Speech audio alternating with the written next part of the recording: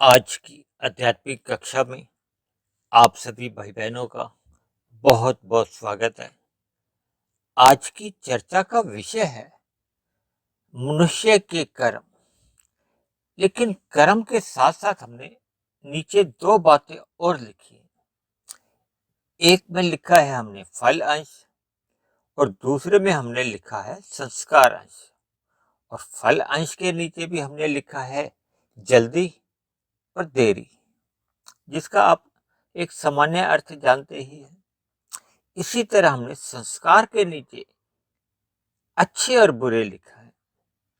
देखिए, हमारे संस्कार अच्छे भी बनते हैं, बुरे भी बनते हैं।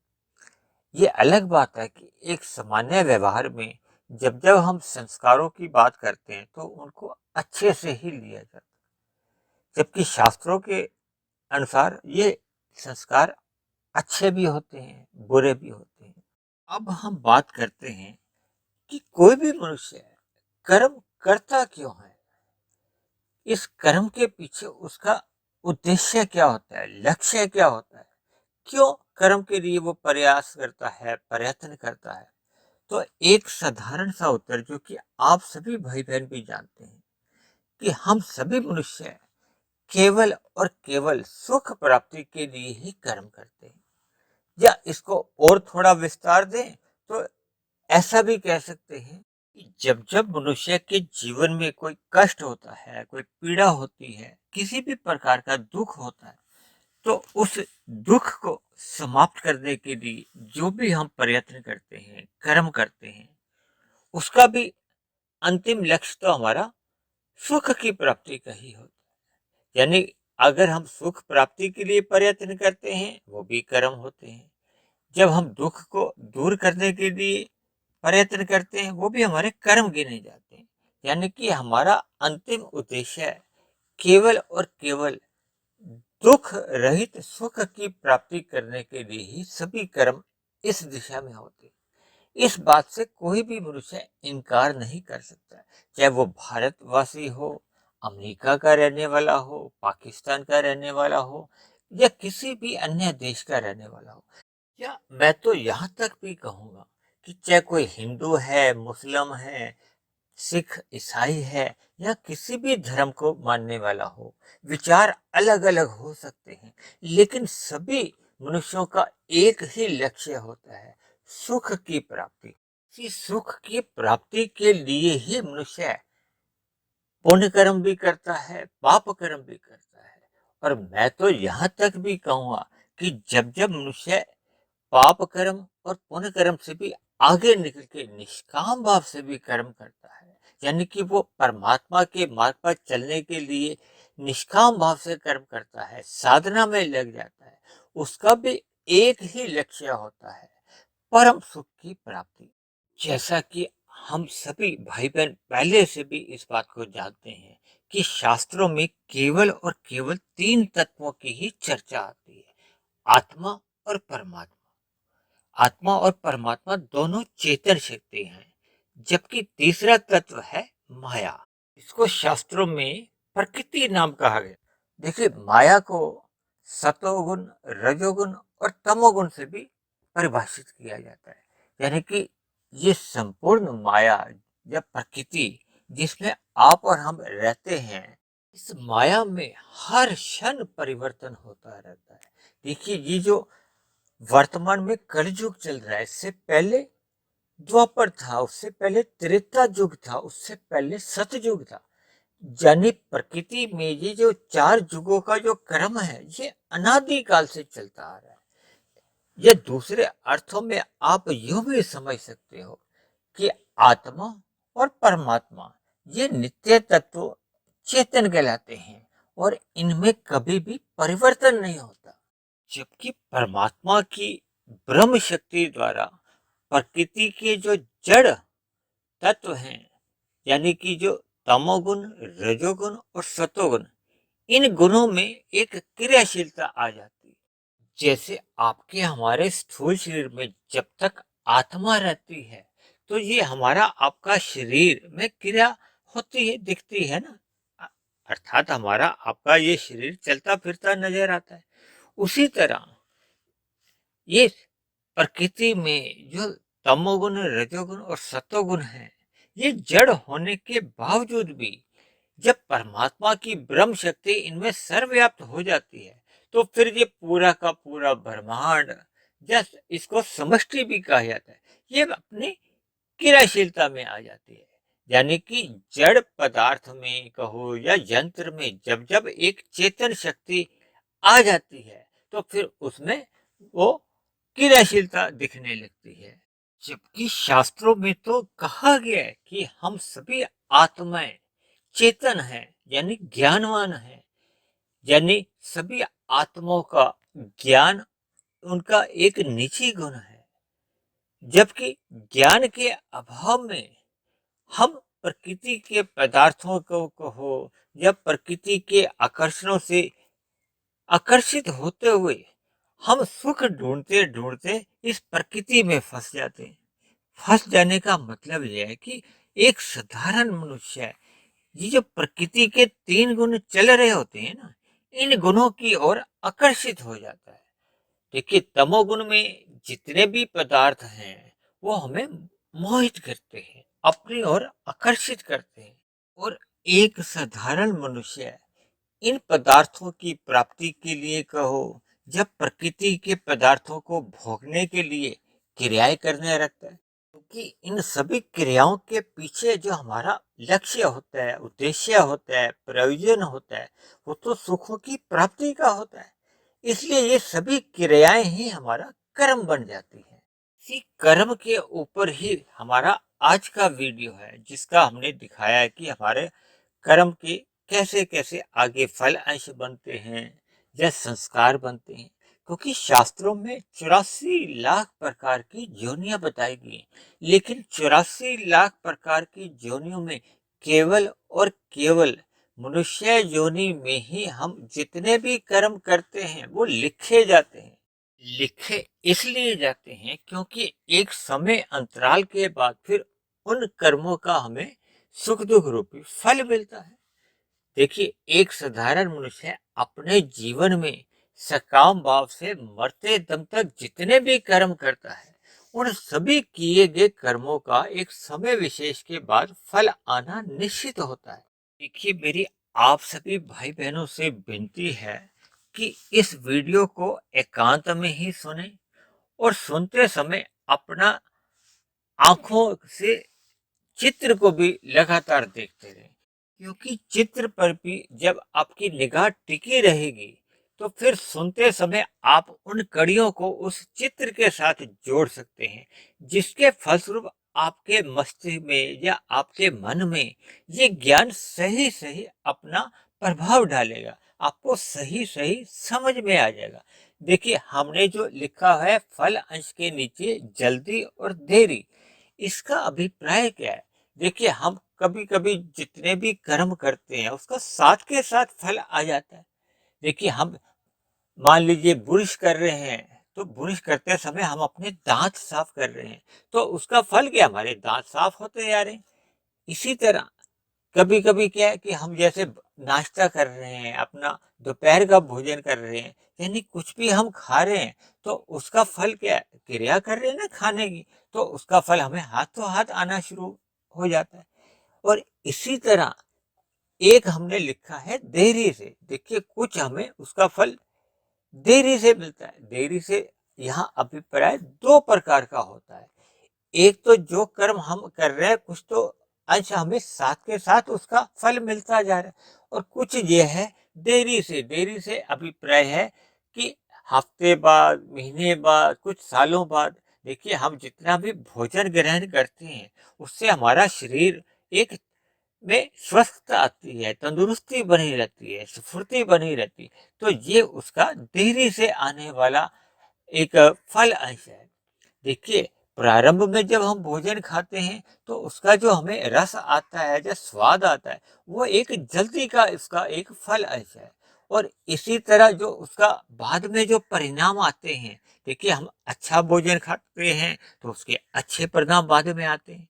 यदि हम बुरा व्यसन करते हैं, आरंभ में भले ही हमें जो उसका फल मिलता है, देखिए, अब शराब पीते हैं लोग, तंबाकू का सेवन करते हैं, या इसी तरह के कई और नशे करते हैं जिनका जो तुरंत फल आता है, यानी तुरंत का अभिप्राय जल्दी से है, वो रस रूपी स्वाद तो वो ले लेते हैं, लेकिन जब उसका जो देरी से या परिणाम रूप में जो उसका एक दुख रूपी फल आना होता है, वो अभी कुछ टाइम बाद आता है। और दूसरी बात, इस देरी का अभिप्राय ये भी नहीं लेना कि इसी जन्म में, कि देखिए हम जितने भी कर्म करते हैं, सभी कर्मों का एक जो देरी वाला जो फल है, वो अगले जन्म में भी आता है, उसके और अगले जन्मों में भी आता है। इस बात को मैं आपको एक उदाहरण से समझाता हूँ। अभी कुछ दिन पहले की ही बात है कि किसी मनुष्य अपराधी द्वारा कुछ हत्याएं कर दी गई थी पुलिस वालों की।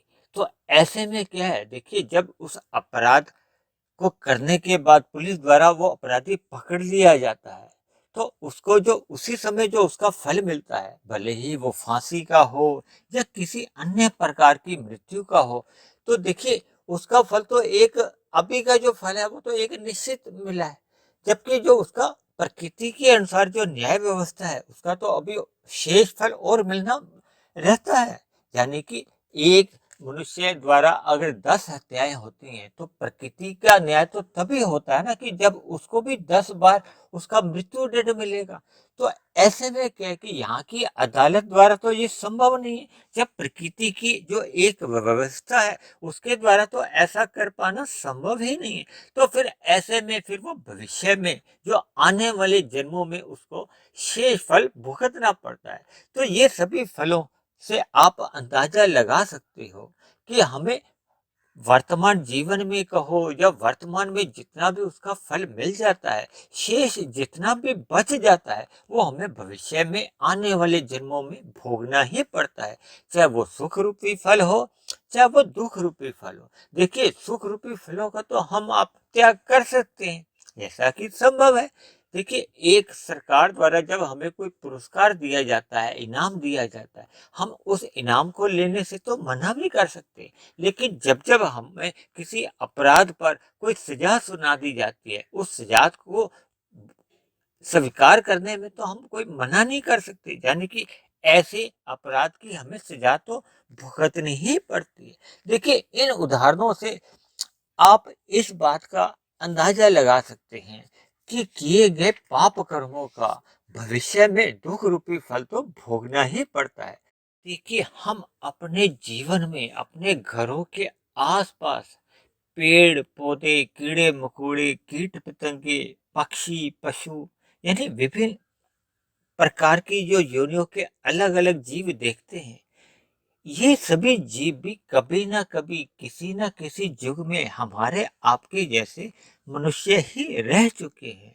इनके द्वारा भी जब पाप कर्म अधिक हो जाते हैं, देखिए मनुष्य योनि तो तभी मिलती है जब हमारे संचित कर्मों में पाप और पुण्य कर्मों की कम से कम तुल्यता रहती है, जब पुण्य कर्मों की अधिकता रहती है।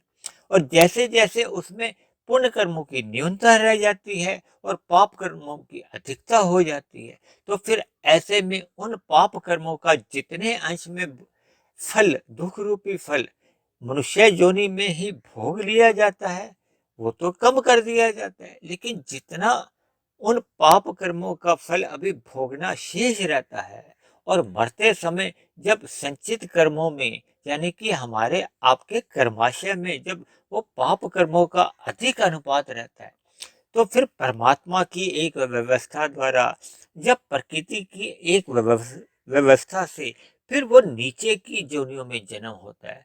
अगर ये अनुपात 70-30 का है, यानी कि पाप कर्म 70% है, पुण्य कर्म केवल 30% है, तो फिर बहुत ही नीचे की जोनियों के क्रम में जाना पड़ता है। देखिए शास्त्रों में ये सभी बातें प्रत्यक्ष रूप से नहीं कही गई, लेकिन शास्त्रों का अध्ययन करते रहने से, परमात्मा की प्रेरणा से जितनी जितनी मनुष्य की विवेक शक्ति जगती जाती है, तो फिर इन सिद्धांतों को कहो, जब परमात्मा की जो एक व्यवस्था में प्रकृति के जो गुण कार्य करते हैं, उनसे कुछ संगतियां लगा के हम इस बात के निष्कर्ष पर पहुंच सकते हैं कि पेड़ पौधों से फिर धीरे धीरे रेंगने वाले जीवों का विकास होता है, फिर धीरे धीरे कीट पतंगों का जो छोटी सी ऊंचाई तक उड़ पाते हैं, फिर धीरे धीरे पक्षियों का, फिर पक्षियों के बाद पशुओं का, फिर पशुओं के बाद मनुष्य योनि मिलती है। लेकिन मनुष्य योनि तभी मिलती है जब पाप कर्मों का दुख रूपी फल भोगते भोगते वो पुण्य कर्मों के बराबर में आ जाते हैं। जैसे किसी के पाप कर्म 500 थे, पुण्य कर्म 190 थे, तो ऐसे में पाप कर्म जैसे ही भोग भोग के, चाहे वो लाखों वर्ष तक, लाखों योनियों में जन्म लेना पड़े, करोड़ों योनियों में जन्म लेना पड़े, जब वो पाप कर्म घट घट के पुण्य कर्म यानी 190 के बराबर आ जाएंगे, तो फिर प्रकृति द्वारा पुनः उसको मनुष्य योनि का अवसर मिल जाता है। अब हम बात करते हैं संस्कारों की। इन संस्कारों को आप स्वभाव भी कह सकते हो, आदत भी कह सकते हो, किसी भी प्रकार का प्रभाव भी कह सकते हो, छाप भी समझ सकते हो। यानी कि हम सभी मनुष्य जब जब कोई पाप कर्म करते हैं या पुण्य कर्म करते हैं या निष्काम कर्म करते हैं। देखिए, यहाँ अभी हमने फल अंश की बात की थी, तो उसमें तो पाप कर्म और पुण्य कर्मों की ही चर्चा आती है।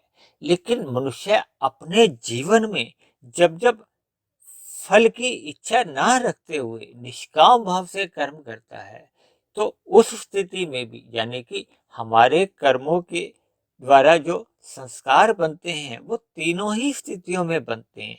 चाहे हम पाप कर्म करते हैं, चाहे हम पुण्य कर्म करते हैं, चाहे हम निष्काम कर्म करते हैं। और दूसरी बात, जब जब हम मानसिक रूप से भी कर्म करते हैं, तो मानसिक कर्मों का कर्माशय तो नहीं बनता। देखिए, जब जब हम स्थूल शरीर की कर्मेंद्रियों द्वारा कर्म करते हैं, यानी कि अन्य जीवों पर जो भी उसका प्रभाव पड़ता है, अच्छा प्रभाव पड़ता है, तो वो हमारे पुण्य कर्म पर माने जाते हैं। यदि अन्य जीवों पे बुरा प्रभाव पड़ता है, उनको पीड़ा होती है, तो ऐसे हमारे पाप रूपी कर्म गिने जाते हैं। लेकिन जब जब हम निष्काम भाव से कर्म करते हैं, तो ऐसे कर्मों का भी हमारा संस्कार बनते हैं। यानी कि संस्कार सभी स्थितियों में बनते हैं, चाहे हम पाप कर्म करते हैं, चाहे पुण्य कर्म करते हैं, चाहे निष्काम भाव से कर्म करते हैं। तो अभी हम बात कर रहे थे, जब हम मानसिक रूप से भी कर्म करते हैं, उसका तो कर्माशय भी नहीं बनता। लेकिन ऐसे सभी मानसिक कर्मों का भी संस्कार बनते हैं।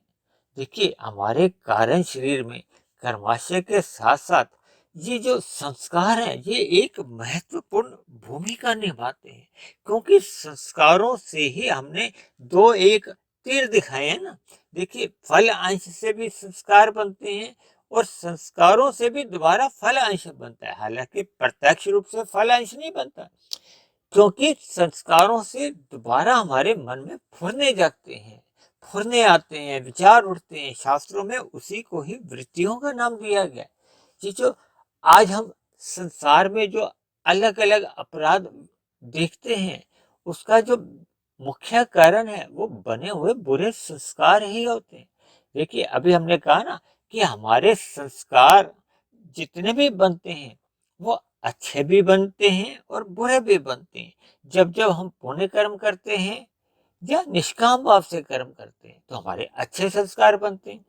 जब जब हम पाप कर्म करते हैं, तो पाप कर्म करते समय फिर हमारे बुरे संस्कार बनने लगते हैं। और अक्सर समाज में ऐसा देखा गया है, और इस बात को आप भी स्वीकार कर सकते हो, कि जब जब हम शुभ कर्म अगर मन से नहीं करते, तो फिर हमारे संस्कार पूर्ण रूप से बनते नहीं है। यानी कि जब जब हम पाप कर्म करते हैं, तब पाप कर्म करते समय तो हमें समाज का डर होता है, परिवार का डर होता है, सरकारी तंत्र का भय होता है, यानी कि पुलिस का, अन्य विभागों का भय होता है। तो ऐसे में हमारा 100% मन इंद्रियों के साथ जुड़ा होता है, जिसके फलस्वरूप पाप कर्म करते समय तो मनुष्य के बुरे संस्कार अवश्य बनते ही हैं। जबकि जब जब हम शुभ कार्य करते समय अगर हमारा मन पूर्ण रूप से शामिल नहीं होता, उदाहरण के लिए देखिए, आज भारत में ही नहीं, भारत के बाहर विदेशों में भी जगह जगह सत्संग होता हुआ दिखाई तो देता है। लेकिन सत्संग के बनने वाले जो संस्कार हैं, वो आपको और हमें व्यवहार में उतने प्रभावशाली ढंग से दिखाई नहीं दे रहे, क्योंकि कलयुग अपने आप में प्रधान होता जा रहा है, यानी कि कलयुग अपने आप में अधिक शक्तिशाली बनता जा रहा है, गहरा होता जा रहा है। तो जिसके फलस्वरूप संसार में होने वाले जो गतिविधियां हैं, उसका परिणाम आपके और हमारे सामने दिखने लगा है। इसलिए मेरी आप सभी भाई बहनों से विनती है कि जब जब हम परमात्मा का सत्संग करते हैं, सतोगुणी साहित्य पढ़ते हैं, परमात्मा का चिंतन करते हैं, कथा कीर्तन व्रत त्योहार या जितनी भी गतिविधियां सतोगुणी अवस्था में रह के करते हैं, तो हमें अपने मन को इन शुभ शुभ कार्यों के साथ लगाना चाहिए। देखिए, शुभ कार्यों में अगर मन 100% लगता है, तो फिर हमारे संस्कार भी 100% शुभ संस्कार अंदर बनते हैं। यदि हमारा मन आंशिक होता है, अक्सर ऐसा देखा जाता है कि लोगों द्वारा जो आरंभिक कर्म कांड होते हैं, वो लोभ से होते हैं या भय से होते हैं, जिसके फलस्वरूप उनका जो मन है उन क्रियाओं के साथ पूर्ण रूप से जुड़ा नहीं होता। इसलिए वे शुभ संस्कार बन नहीं पाते। जब जब हमारे इन कर्म कांडों में पूर्ण रूप से श्रद्धा बनी रहती है, जब जब हम अपने कर्म कांडों को ज्ञान पूर्वक करते हैं, तो फिर हमारा मन भी पूर्ण रूप से शामिल रहता है, जिसके फलस्वरूप हमारे कार्य शरीर में शुभ संस्कार बनते हैं।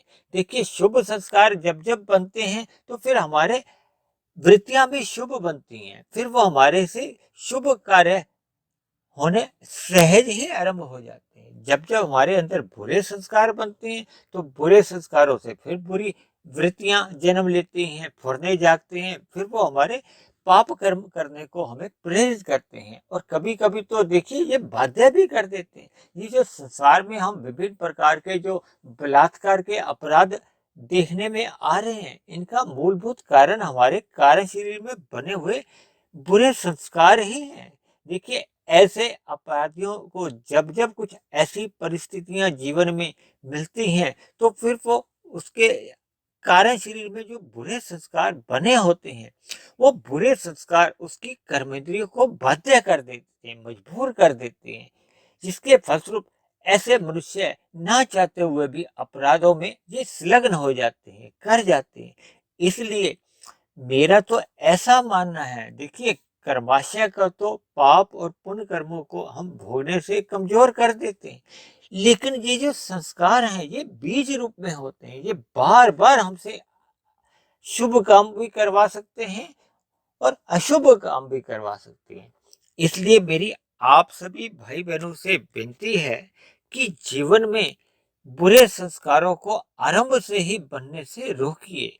इसीलिए बार बार कहा जाता है कि मनुष्य को अपने जीवन में सत्संग करते रहना चाहिए, सत्संग करते रहना चाहिए, क्योंकि अक्सर ऐसा मैंने तो बार बार अपनी चर्चाओं में कहा है कि सत्संग की गैर मौजूदगी में जब जब मनुष्य सत्संग नहीं करता, तो क्या करता है, कुसंग ही कर बैठता है, और अक्सर कुसंग की प्रभाव से मनुष्य पाप कर्मों की ओर सहज ही आकर्षित होने लगता है। देखिए, आज कल युग चल रहा है, लोगों का रजोगुण में आकर्षण बढ़ता जा रहा है। रजोगुण में आकर्षण बढ़ने के फलस्वरूप ही मनुष्यों का विषय भोगों में अधिक रुचि बढ़ती जा रही है, जिसके फलस्वरूप मनुष्य रजोगुण में रहता हुआ अगर कर्म करता है, तब तक तो उसका पतन नहीं होता। लेकिन जब जब मनुष्य इन रजोगुणी भोगों में रहता हुआ प्रमाद में आ जाता है, प्रमाद में रहते हुए फिर वो इन भोगों की प्राप्ति के लिए आवश्यक कर्म कर नहीं पाता, तो फिर ऐसे में भोगों को भोगने का व्यसनी मनुष्य पाप कर्म कर बैठता है, यानी कि अन्य मनुष्यों के साथ छल कपट ठगी हेरा फेरी जैसे अपराध कर बैठता है, जिसके फलस्वरूप उसके पाप कर्मों का कर्माशय आरंभ हो जाता है। देखिए, जब जब हम जैसे भी कर्म करते हैं, उनका ना चाहते हुए भी कर्माशय के साथ साथ हमारे संस्कार बनने लगते हैं, और नीचे की जोनियों में जाके तो देखिए मनुष्य के पाप कर्मों का तो क्षय होता है, लेकिन संस्कार उसकी यथास्थिति में बने रहते हैं। इसी तरह चाहे ऊपर की जोनियां हो चाहे नीचे की जोनियां हैं, संस्कारों की स्थिति तो यथास्थिति बनी रहती है। दूसरे शब्दों में नीचे की जोनियों में जाके पाप कर्मों का कर्माशय घटता है, ऊपर की योनियों में जाके पुण्य कर्मों का कर्माशय घटता है, लेकिन संस्कारों की स्थिति को यथा स्थिति बनी रहती है। या दूसरे आसान शब्दों में आप यूं भी समझ सकते हो कि संस्कारों की स्थिति में ताला लगा रहता है। ये ताला केवल और केवल मनुष्य योनि में ही खुलता है, यानी कि मनुष्य योनि में ही हम अपने बुरे संस्कारों को दग्ध बीज भी कर सकते हैं, यानी समाप्त कर सकते हैं, और नए बुरे संस्कार बना भी सकते हैं, नए शुभ संस्कार भी बना सकते हैं। देखिए, कुसंग करने से बुरे संस्कार ही बनते हैं, सत्संग करने से शुभ संस्कार बनने की एक संभावना बनी रहती है। इसलिए मेरी आप सभी भाई बहनों से विनती है कि रात को मनुष्य को जल्दी सो जाना चाहिए, ताकि तमोगुण का कम से कम संग हो। और दूसरा, सुबह ब्रह्म मुहूर्त में मनुष्य को अवश्य ही उठ जाना चाहिए। देखिए, मेरी तो सभी वीडियो ही ब्रह्म मुहूर्त में बनती हैं, और मेरी सभी आप भाई बहनों से भी विनती बनी रहती है कि आप सभी इन वीडियो को ब्रह्म मुहूर्त में ही सुने, तो आपको इसका एक पूर्ण लाभ मिलेगा। आपके जीवन में सकारात्मक परिवर्तन आने लगेंगे, आपकी दिनचर्या में कर्मों में सुधार होने लगेगा, परमात्मा में आपकी प्रीति जगेगी। ये सभी केवल और केवल ब्रह्म मुहूर्त में उठने मात्र से होता है। देखिए, परमात्मा ने ये सतोगुण का एक सर्वोत्तम समय रखा हुआ है, जो कि हर रोज सूर्य निकलने से पूर्व का जो 2.25 घंटे का समय होता है। देखिए, ब्रह्म मुहूर्त के ऊपर भी हमने तकरीबन 1-1.5 महीना पहले बहुत लंबी एक चर्चा की थी। इसलिए मेरी आप सभी भाई बहनों से विनती है कि जीवन में सत्संग करते रहना अपना स्वभाव बनाइए, ताकि हमारे आपसे केवल और केवल शुभ कर्म ही हो। निष्काम कर्म हो तो और भी अच्छी बात है, और कम से कम हम मनुष्य को तो पाप कर्मों से तो अवश्य ही बचना चाहिए, क्योंकि हमें कर्मों के साथ साथ संस्कारों को भी हल्के में नहीं लेना चाहिए। क्योंकि संस्कार तो देखिए बार बार हमसे इन पाप कर्मों की भी पुनरावृत्ति करवा सकते हैं, और पुण्य कर्मों की भी पुनरावृत्ति करा सकते हैं। इसलिए मनुष्य योनि में हम जितने अपने पाप कर्मों को समाप्त कर सकते हैं, उसके लिए हमें सर्वप्रथम अपने कारण शरीर में पहले के जो बने हुए अशुभ संस्कार हैं या बुरे संस्कार हैं, उनको सत्संग करते रहने से कर्म से समाप्त करना होगा, दग्ध बीज करना होगा। क्योंकि ये संस्कार प्रत्यक्ष रूप से आपके हमारे देखने में नहीं आते, महसूस में नहीं आते। ये तो देखिए, जब जब हमारे अंदर से फुरने उठते हैं, वृत्तियां जागती हैं, विचार उठते हैं, तब तब हमें मान लेना चाहिए कि वैसे वैसे संस्कार, चाहे वो अच्छे संस्कार हो चाहे वो बुरे संस्कार हो, वो हमारे कारण शरीर में विद्यमान बने रहते हैं। इसलिए हमें अपने फुर्नों से या वृत्तियों से ही ये अंदाजा लगाना चाहिए। इसलिए आप सभी भाई बहनों को अपने अपने जीवन में सत्संग को सबसे अधिक महत्व देना चाहिए, ताकि हमारे अंदर अगर पहले के जो बुरे संस्कार बन भी चुके हैं, वो धीरे धीरे एक ऐसी स्थिति में आकर शिथिल पड़ने लगेंगे। फिर उनकी एक ऐसी स्थिति आएगी जब वो पूर्ण रूप से ऐसे बुरे संस्कार दग्ध बीज हो जाएंगे। देखिए, दग्ध बीज होने के बाद जैसे बीज में से कोई दोबारा अंकुरन नहीं होता, उसका पौधा नहीं निकलता, तो ये जो वृत्तियां हैं या फुरने हैं, ये छोटे छोटे पौधे उठते हैं। फिर ये पौधे ही वृक्ष का रूप धारण कर लेते हैं। ये वृक्ष के हमारे आपके जब कर्म होते हैं। इसलिए मेरी आप सभी भाई बहनों से विनती है कि मनुष्य योनि पाकर हमें परमात्मा का सत्संग करते रहना चाहिए। जितने भी हमारे अंदर बुरे संस्कार हैं, उनको दग्ध बीज जल्द से जल्द कर देना चाहिए। देखिए, संस्कारों को दग्ध बीज करना कोई इतना आसान नहीं है। देखिए, माचिस की तीली आपने जलाई और बुरे संस्कारों को जला दिया, ऐसा नहीं है सब। क्योंकि बुरे संस्कारों को समाप्त करने में ये हमारा आपका जीवन भी कभी कभी छोटा पड़ जाता है। इसलिए आरंभ से ही बुरे संस्कार बनने से हमें रोकना चाहिए, और ये तभी संभव हो पाता है जब मनुष्य अपने जीवन में सत्संग करता रहता है, कुसंग से बचता रहता है, ताकि हम अपने कर्मों में निरंतर सुधार करते रहें, हमारे से कभी भी पाप कर्म नहीं हो, हम सदा ही विषय भोगों का एक मर्यादा से अधिक कभी भी भोग नहीं करें। ये तभी संभव हो पाता है जब हम श्रद्धापूर्वक परमात्मा का सत्संग करते रहते हैं। इसलिए मेरी आप सभी भाई बहनों से विनती है कि इस शुभ कार्य को करने के लिए जीवन में हमें अपना जीवन सतोगुणी बनाना होगा, यानी कि परमात्मा का सत्संग करते रहना अपना स्वभाव बनाना होगा और कुसंग से सदा ही हमें बचे रहना होगा। इन शब्दों के साथ आज की चर्चा को अब हम यही विश्राम देते हैं।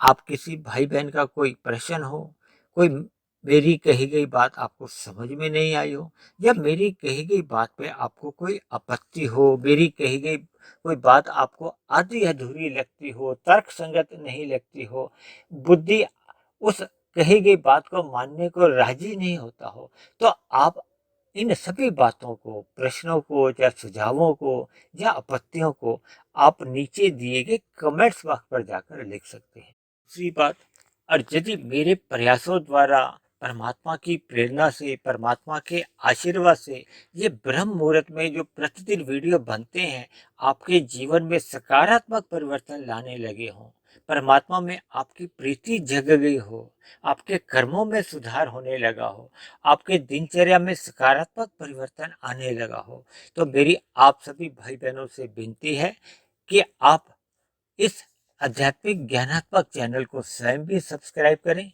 वे अन्य जिज्ञासु भाई बहनों को भी इस आध्यात्मिक ज्ञानात्मक चैनल से जोड़ने का प्रयास करें, ताकि समाज में हम सभी भाई बहनों को सतोगुणी वातावरण में जीवन जीने का अनुभव हो, आनंद मिले। इन्हीं शब्दों के साथ आज की चर्चा को अब हम यहीं विश्राम देते हैं।